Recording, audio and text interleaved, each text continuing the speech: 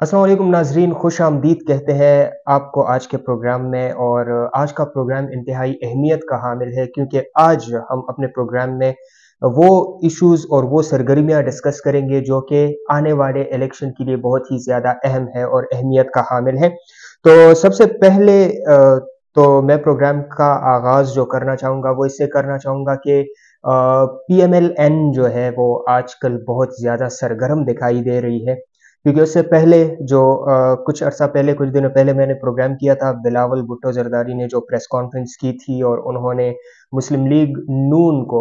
تنقید کا نشانہ بنایا تھا کہ مطلب وہ کیوں گئے ہیں بلوچستان میں اور بلوچستان میں جا کر انہوں نے اپنی ویکنیس شو کی ہے، بلا بلا۔ تو آتے ہیں اس طرف کہ مسلم لیگ نون اب سندھ میں بھی چلی گئی ہے، ٹھیک ہے۔ مسلم لیگ نون سندھ میں ایم کیو ایم کے ساتھ مل رہی ہے، ان کے ساتھ ملاقاتیں کر رہی ہے، اور عنقریب یہ ہو سکتا ہے کہ مسلم لیگ نون اور ایم کیو ایم مل کر سندھ میں اتحاد قائم کر لیں، کیونکہ ڈفرینٹ جو ان کے رہنما ہیں ایم کیو ایم کے اور شہباز شریف صاحب سمیت جو ہے انہوں نے مشاورت کی ہے، اور یہ جو اتحاد ہوگا یہ بیسیکلی پیپلز پارٹی کے اگینسٹ ہوگا۔ اور بقول ایم کیو ایم کے رہنماؤں کے، کیونکہ فاروق ستار صاحب کی گفتگو میں نے سنی تھی، تو انہوں نے کہا کہ ہم لوگ جو ہے پیپلز پارٹی کے لیے خطرہ ہوں گے۔ تو اگر وہ پیپلز پارٹی کے لیے خطرہ ہے، مطلب کہ انہوں نے اعلان کر دیا ہے کہ مسلم لیگ نون اور ایم کیو ایم کی قیادت جو ہے وہ پیپلز پارٹی کے اگینسٹ لڑے گی۔ تو اگر اس طرح دیکھا جائے جو سینیریو آج کل بنا ہوا ہے الیکشن کا پاکستان میں، اور مختلف پارٹیز کا، خاص طور پر پی ڈی ایم کے بننے کے بعد اور پھر نگران حکومت جب آ گئی اور پی ڈی ایم نے ایک دوسرے کو تنقید کا نشانہ بنانا شروع کیا ہے، تو کوئی بھی پارٹی میجورٹی میں نظر نہیں آ رہی۔ تو اگر کوئی پارٹی میجورٹی میں نظر نہیں آ رہی یا کسی بھی پارٹی کے ساتھ میجورٹی نہیں ہے، تو آگے الیکشن میں کیا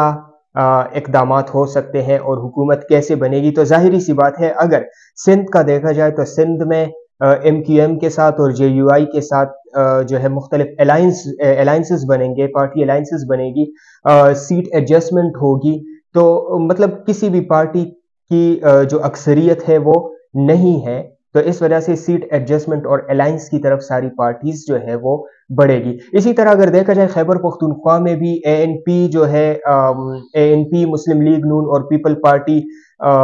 اس کے ساتھ جماعت اسلامی ہو گئی، فضل الرحمان صاحب کی پارٹی ہو گئی ہے، تو یہ سارے جو ہے یہ سیٹ ایڈجسٹمنٹ ہوگی، اور کسی کے پاس جو واضح اکثریت ہے وہ ابھی تک نظر نہیں آ رہی ہے۔ تو یہ تو رہا ایک ایشو کہ جو سرگرمیاں جاری ہے مسلم لیگ نون کی طرف سے پورے پاکستان میں، چونکہ پنجاب میں تو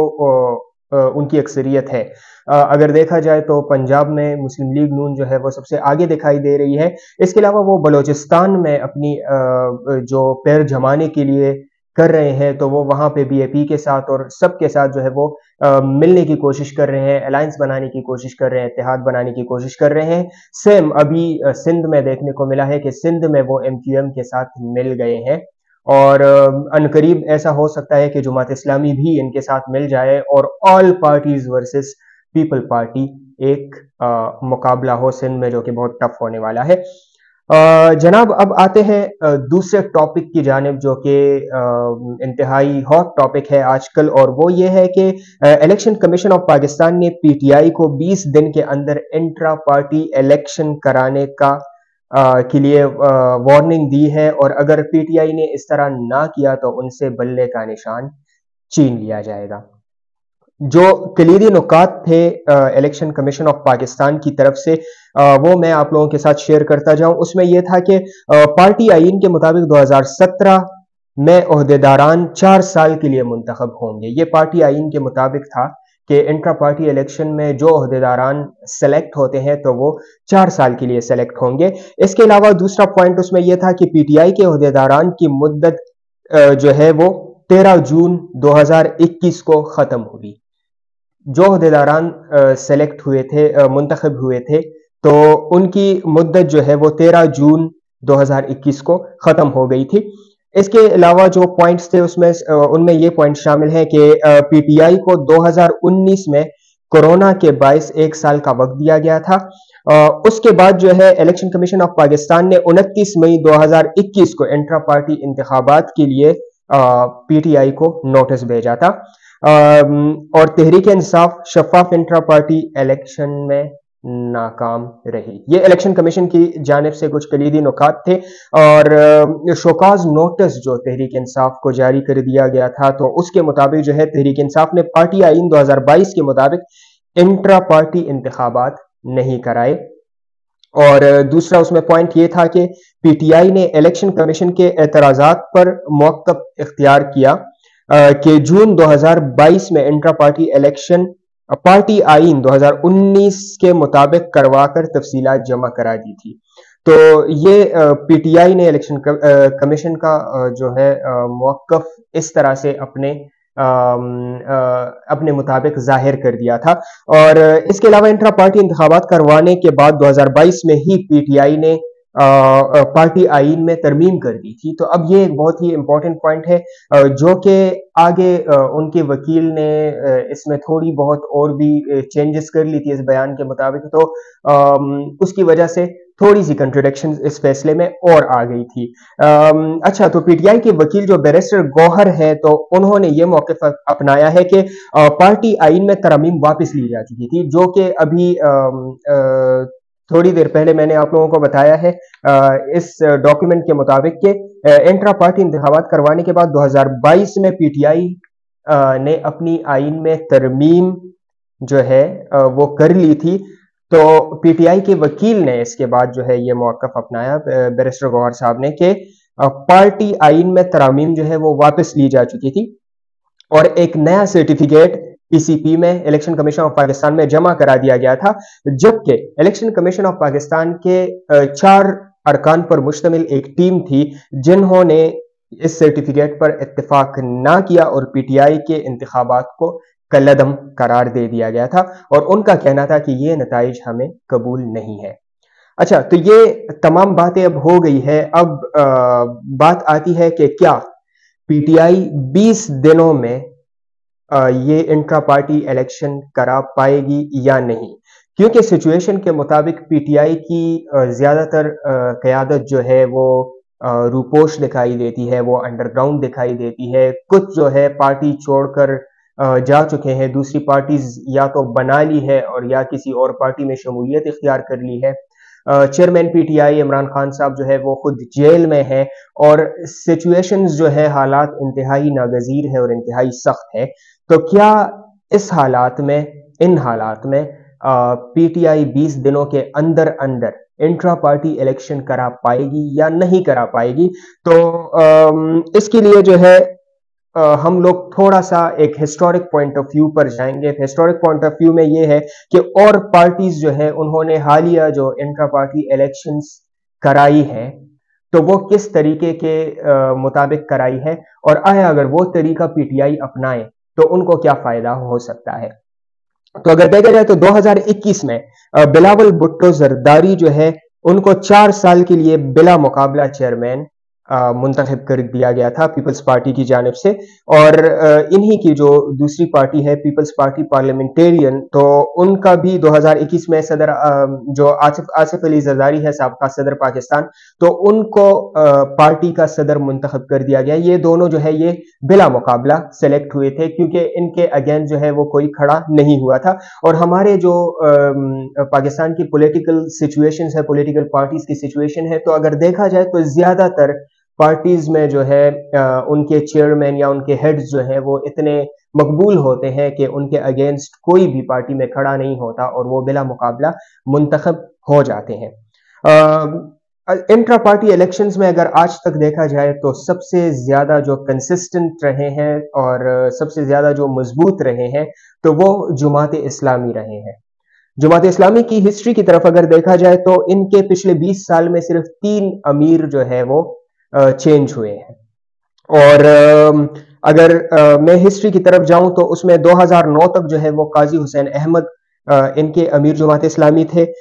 2014 تک سید منور حسن جو ہے وہ امیر جماعت اسلامی تھے. پھر 2014 سے جو ہے سراج الحق صاحب جو ہے امیر جماعت اسلامی تھے، جو کہ 2019 میں دوبارہ سے 5 سال کے لیے منتخب ہو گئے تھے.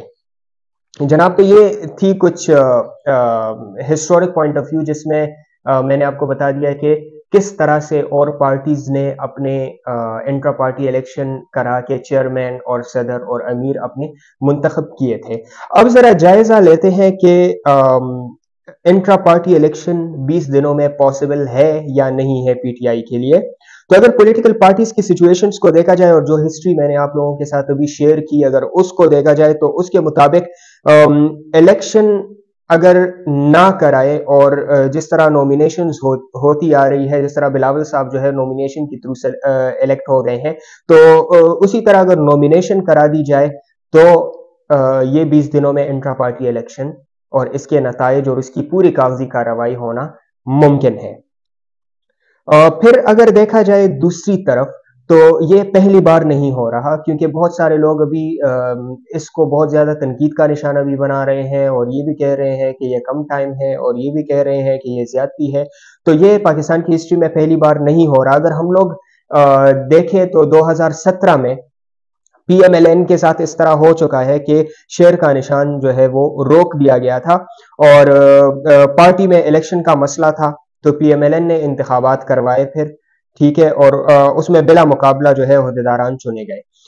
لیکن الیکشن کمیشن آف پاکستان کے مطابق جو ہے وہ کاغذی کارروائی مکمل ہو گئی تو ان کو پھر شیر کا نشان دے دیا گیا. اسی طرح اگر پشاور بائی الیکشن کی بات کی جائے تو اس میں بھی شیر کا نشان روکا گیا تھا اور پھر انہوں نے جو ہے پارٹی میں کاغذی کارروائی پوری کر کے الیکشن کمیشن آف پاکستان میں جمع کرا دیا تھا، جس کے بعد ان کو نشان الاٹ کر دیا گیا تھا. سیم اگر دیکھا جائے تو پرویز مشرف کے دور میں جب جاوید ہاشمی صاحب جیل میں تھے اور ان پر بغاوت کے مقدمے چل رہے تھے تو اس دوران بھی ان کے پارٹی میں جو ہے اس طرح کے سچویشنز آئے تھے اور ان کو جو ہے وہ بلا مقابلہ پارٹی کا سینئر نائب صدر منتخب کر لیا گیا تھا. تو اگر پی ٹی آئی کی صورتحال کو ہم لوگ ٹیکنیکلی دیکھ لیں اور اسٹریٹجک طریقے سے اگر پی ٹی آئی اس کو ہینڈل کرتی ہے، ٹیکنیکل طریقے سے دیکھ کر اسٹریٹجک طریقے سے اگر اپنے ان صورتحال کو ہینڈل کرتی ہے تو کسی کا جیل میں ہونا، حالات کا سخت ہونا، عہدیداران کا پارٹی کو چھوڑ کے چلے جانا، یا پھر بہت سارے عہدیداران ایسے ہیں جو کہ اس وقت ملک سے باہر ہیں یا پھر انڈر گراؤنڈ ہے، باہر نہیں آ سکتے، یا پھر حکومت کی طرف سے ان پر سختی ہے. تو یہ ساری چیزیں ایک طرف رکھ کے ایک اسٹریٹجی بنائی جا سکتی ہے جس کے مطابق پی ٹی آئی کے پاس 100% چانس ہے کہ وہ انٹرا پارٹی الیکشن کے نتائج جو ہے وہ بنا کر یا کسی کو بلا مقابلہ نومینیٹ کر کے الیکشن کمیشن آف پاکستان میں جمع کرا سکتی ہے اور اس کے بعد وہ الیکشن کا باقاعدہ طور پر حصہ بن سکتی ہے. کیونکہ یہ ساری چیزیں پی ٹی آئی کے لیے اس وقت بہت زیادہ ضروری ہے، بیکاز اگر آج کل کے حالات میں دیکھا جائے تو جس طرح سے کرک میں عوام نکلی ہے، جس طرح سے دیر میں عوام نکلی ہے، تو یقیناً کہ ابھی بھی ان کے پاس سپورٹ ہے، ان کے پاس پاور ہے، ان کے پاس مین پاور بھی ہے. تو ان چیزوں کو مد نظر رکھتے ہوئے اور عوام کے سپورٹ کو مد نظر رکھتے ہوئے ان کو انتہائی اسٹریٹجک طریقے سے اور انتہائی ایک منظم اور ٹیکنیکل طریقے سے اس معاملے کو ہینڈل کرنا چاہیے، بجائے اس کے کہ وہ جذبات میں جائے، بجائے اس کے کہ وہ حالات کی سختی کو دیکھے، بجائے اس کے کہ وہ اپنے عہدیداران کے کم ہونے کو، آنے جانے کو دیکھے. تو اس معاملے کو حل کیا جا سکتا ہے، کیونکہ جتنی میں نے آپ لوگوں کو ہسٹری بتائی تو اس کے مطابق پاکستان میں جتنی بھی پولیٹیکل پارٹیز ہیں تو اس میں انٹرا پارٹی الیکشنز نارملی نومینیشنز کے تھرو ہو جاتی ہے. تو اگر نومینیشن کے تھرو یہ کرانا چاہتے ہیں تو 20 دنوں کے اندر اندر یہ تمام کارروائی کر سکتے ہیں.